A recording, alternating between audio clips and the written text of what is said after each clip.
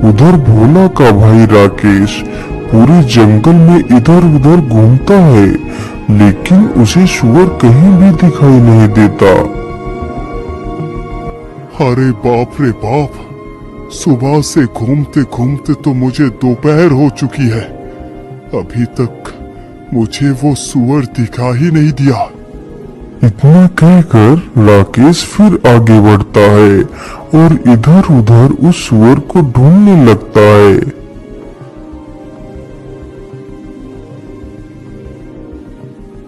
अरे राम राम राम, इतनी कड़कती धूप में मुझसे चला नहीं जा रहा। भाड़ में जाए वो सुअर, अब तो मैं इससे आगे और नहीं चल सकता। मैं ऐसा करता हूँ, इसी पेड़ के नीचे लेटकर थोड़ा सा आराम कर लेता हूँ। इतना कहकर राकेश उसी पेड़ के नीचे लेटकर सो जाता है। उधर भोला बेचारा कड़कती धूप में ही उस सुअर को ढूंढता है।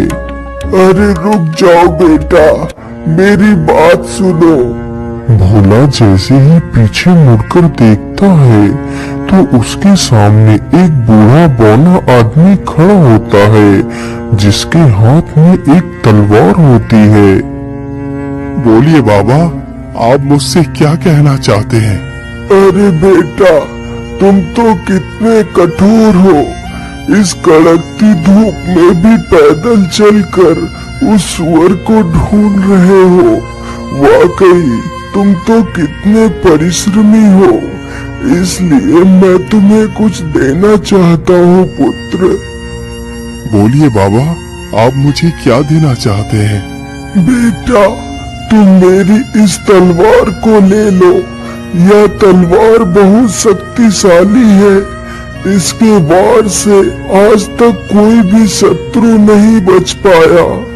लेकिन बाबा, आप हो कौन, और आप ये तलवार मुझे क्यों दे रहे हैं, जबकि आप खुद इस तलवार से उस दुष्ट सुअर को मारकर राजा से बहुत कुछ प्राप्त कर सकते हैं? बेटा, मैं यहीं पास के गांव में ही रहता हूँ। जब मुझे पता चला कि तुम उस सुअर को मारने के लिए जा रहे हो, तो मैंने सोचा कि क्यों ना मैं इस तलवार को तुम्हें दे दूं, क्योंकि बेटा अब तो मैं बूढ़ा हो चुका हूँ और मैंने अपनी सारी जिंदगी जी ली है, लेकिन अभी तुम्हारी तो सारी जिंदगी पड़ी है जीने के लिए। इसलिए बेटा, मुझसे ज्यादा तुम्हें इस तलवार की जरूरत है, इसलिए तुम इस तलवार को रख लो। ठीक है बाबा, लाइए, मुझे अपनी तलवार दे दीजिए। अच्छा बाबा, अब मैं चलता हूँ। इतना कहकर भोला हाथ में तलवार लेकर जंगल में आगे बढ़ता है।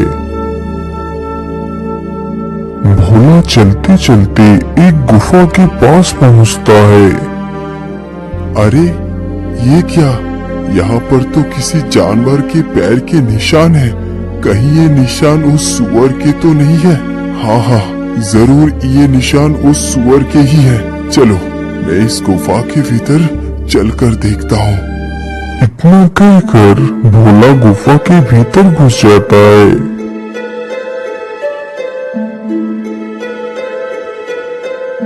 ये गुफा तो कितनी डरावनी है। आखिर वो सुअर कहाँ पर हो सकता है? अरे इधर से तो किसी की आवाज आ रही है, कहीं इस ओर ही तो वो सुअर नहीं है? इतना कहकर भोला उसी ओर चल पड़ता है जिस ओर से वह आवाज आ रही थी। कुछ दूर चलते ही भोला देखता है कि वह जंगली सुअर कुछ तरबूज और फलों को खा रहा है। अरे दुष्ट सुअर, तू गांव वालों को तकलीफ देकर आराम से यहाँ पर मस्ती कर रहा है। मैं तुझे जिंदा नहीं छोड़ूंगा। इतना कहकर भोला सुअर की तरफ बढ़ता है। सुअर भी इतना खूंखार था कि वह भी भोला पर हमला करने के लिए उसकी तरफ बढ़ता है। सुअर जैसे ही भोला के ऊपर छलांग मारता है, तभी भोला अपनी तलवार को सुअर के सीने में उतार देता है। इस प्रकार वह दुष्ट सुअर भोला के हाथों मारा जाता है। सुअर तो मर गया, चलो अब इसे अपने कंधों पर उठाकर ले चलता हूँ। इतना कहकर भोला उस सुअर को अपने कंधों पर लाद कर चल देता है।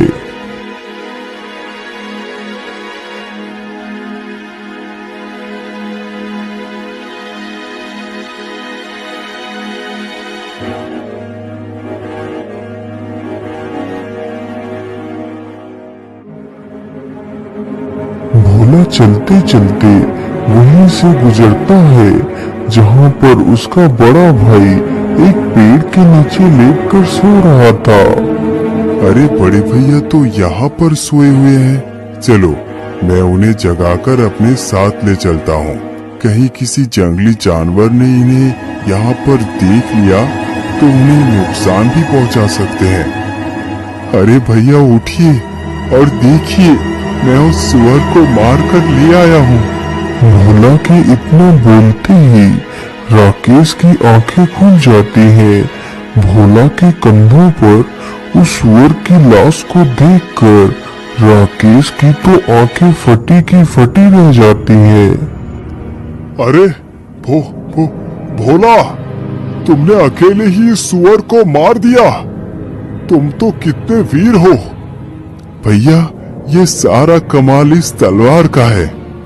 लेकिन भोला, सारा कमाल इस तलवार का है, वो कैसे? मैं कुछ समझा नहीं। फिर भोला सारी कहानी अपने बड़े भाई को सुनाता है।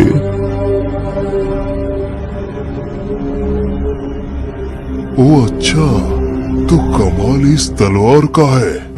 मुझे कुछ भी करके इस सुअर को हथियाना होगा।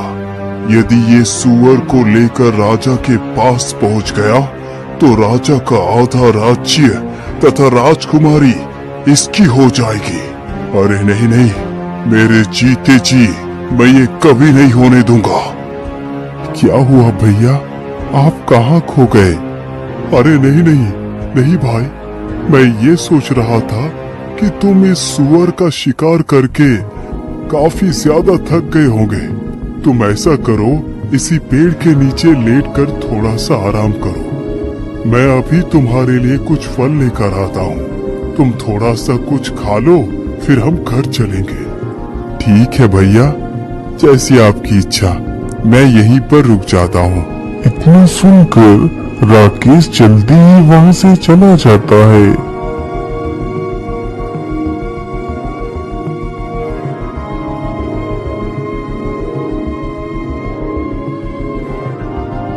राकेश चलते चलते एक आम के पेड़ के पास पहुंचता है। अरे वाह, इसमें तो कितने सारे आम लगे हुए हैं। चलो इसी में से कुछ आम तोड़ लेता हूँ। राकेश तुरंत ही एक पत्थर उठाता है और पेड़ पर फेंकता है तो कुछ आम टूटकर नीचे गिर जाते हैं।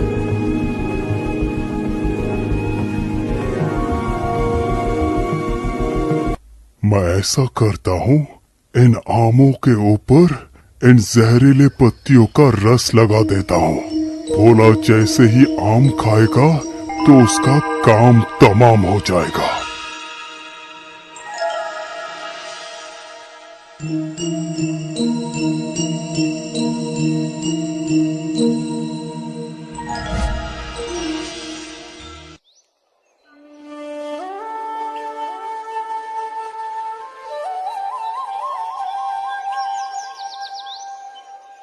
अरे भोला, उठो उठो, देखो मैं तुम्हारे लिए फल तोड़ कर ले आया हूँ।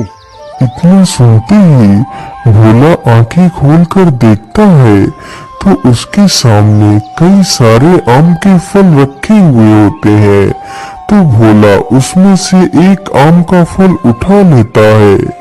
भैया आप भी खाइए ना, आप चुपचाप क्यों बैठे हैं? अरे नहीं नहीं भाई, मैं ये फल नहीं खा सकता। ये फल तो मैं सिर्फ तुम्हारे लिए लाया हूँ। मैं तो पेड़ के पास बैठकर ढेर सारे फल खाकर आया हूँ। अब तो मेरे पेट में बिल्कुल भी जगह नहीं बची है कि मैं कुछ और खाऊं। अच्छा ठीक है भैया, मैं कुछ फल खा लेता हूँ और कुछ फल पिताजी के लिए भी ले चलता हूँ। भोला तुरंत ही आम के फलों को खाने लगता है। भोला ने अभी मुश्किल से एक ही आम का फल खा पाया था। अरे भैया, ये कैसा आम था? इसे खाकर तो मुझे चक्कर से आने लगे हैं। इतना कहकर बेचारा भोला जमीन पर गिर जाता है।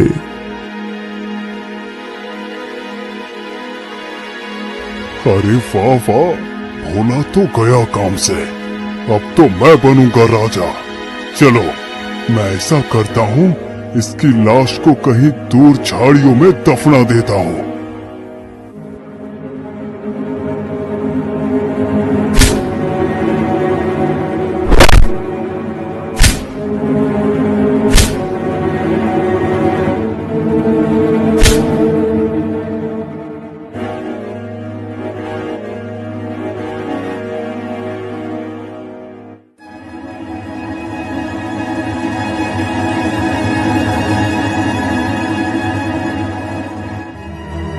हाँ हाँ, अब तो गड्ढा लगभग खुद के तैयार हो चुका है। चलो, अब भोला को इसी गड्ढे में दफना देता हूँ। राकेश तुरंत ही भोला का एक हाथ पकड़कर उसे खींचता हुआ गड्ढे के पास ले जाता है और उसे गड्ढे में गिरा देता है। फिर उसके ऊपर मिट्टी डालने लगता है। कुछ देर में ही राकेश ने भोला को मिट्टी से ढक दिया। राकेश जल्दी ही उस मृत सूअर को अपने कंधे पर रखता है और महल की तरफ चल देता है। राकेश चलते चलते जल्दी ही महल में पहुंच जाता है। राजा राकेश के कंधे पर लदे उस सूअर को देखकर आश्चर्य में पड़ जाता है। एक्शन। जोते बीजा करती डंडी खोसला रे।